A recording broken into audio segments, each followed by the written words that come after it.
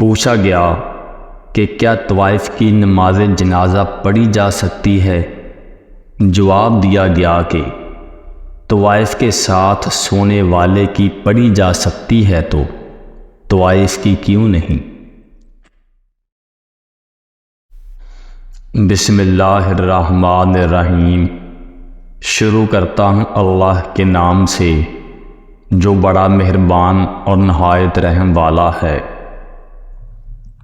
جو انسان گناہ کے بعد شرمندگی محسوس کرے تو سمجھ جاؤ اس کے اندر تھوڑی بہت غیرت باقی ہے، وہ سیدھے راستے پر آ سکتا ہے، بس اسے کوئی ہدایت دینے والا ہو۔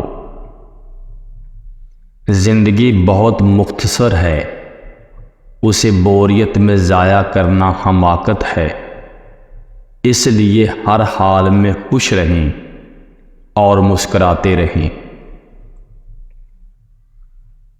محبت دو دلوں کے درمیان ہوتی ہے، ایک دنیا سے چلا جائے تو دوسرے کا دل یادوں کے وینٹیلیٹر پر لگ جاتا ہے۔ بہت سی کہانیاں ہیں جو کاغذ پر نہیں لکھی گئیں لیکن عورتوں کے جسموں پر اور دماغوں میں باقاعدہ لکھ دی گئی ہیں۔ پوچھا گیا کہ کیا طوائف کی نماز جنازہ پڑھی جا سکتی ہے؟ جواب دیا گیا کہ طوائف کے ساتھ سونے والے کی پڑھی جا سکتی ہے تو طوائف کی کیوں نہیں؟ عورت کے لیے ایسے لوگ ڈھونڈیں جن کے ماضی نے انہیں توڑ دیا ہو، جن کی خواہشیں دم توڑ چکی ہوں، جو جینا بھول چکے ہوں۔ دراصل وہی لوگ زندگی کی حقیقت کو سمجھتے ہیں، وہی جانتے ہیں کہ درد کیا ہوتا ہے، وہ کسی کے جذبات کے ساتھ نہیں کھیلتے۔ عورت کے بارے میں جو بھی سنتے ہو احتیاط سے سنا کرو، کیونکہ افواہیں یا تو ایسے مرد کی طرف سے آتی ہیں جو اسے رکھنے کے قابل نہ ہو، یا تو ایسی عورت کی طرف سے آتی ہیں جو اس کی برابری نہ کر سکتی ہو۔ عورت کے پاس زیادہ جانا 3 جان لیوا بیماریوں کا باعث بنتا ہے۔ نمبر 1، انسان جلد بوڑھا ہو جاتا ہے۔ نمبر 2، انسان کا جسم کمزور ہو جاتا ہے۔ نمبر 3، انسان سانس کی بیماریوں میں مبتلا ہو سکتا ہے۔ جو عورت تمہیں پسند نہیں کرتی اس کے ساتھ صرف 2 کام کر لیں، وہ تمہیں پسند کرنا شروع ہو جائے گی۔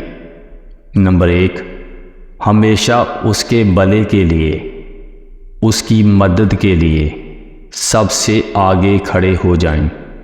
نمبر 2، اس کی نفرت کے باوجود اس کی عزت کی حفاظت کرو۔ شرمگاہ کی شہوت صرف 3 چیزوں سے جنم لیتی ہے۔ نمبر 1، کان کے جذب کرنے والی بات سننے سے جنم لیتی ہے۔ نمبر 2، آنکھ کے دیکھنے سے جنم لیتی ہے۔ نمبر 3، ہاتھ کے چھونے سے جنم لیتی ہے۔ اگر عورت میں 5 نشانیاں آپ دیکھ لیں تو سمجھ جائیں کہ وہ نیک اور پر اخلاق ہے۔ نمبر 1، سچ بولتی ہے۔ نمبر 2، پردہ دار ہے۔ نمبر 3، نگاہیں نیچے رکھتی ہے۔ نمبر 4، آہستہ آواز میں بات کرتی ہے۔ نمبر 5، خاموش رہتی ہے۔ کچھ لوگ ایسی عمارتوں کی مانند ہوتے ہیں جنہیں وقت اور حالات کھنڈرات بنا دیتے ہیں، اور دیکھنے والے یہ کہنے پر مجبور ہو جاتے ہیں کہ کبھی یہ بھی بہت خوبصورت تھی۔ جب سقراط کو یونان کا سب سے عقل مند شخص قرار دیا گیا تو اس پر وہ بولا جو سب سے زیادہ اپنی جہالت سے باخبر ہے وہی سب سے زیادہ عقل مند ہے۔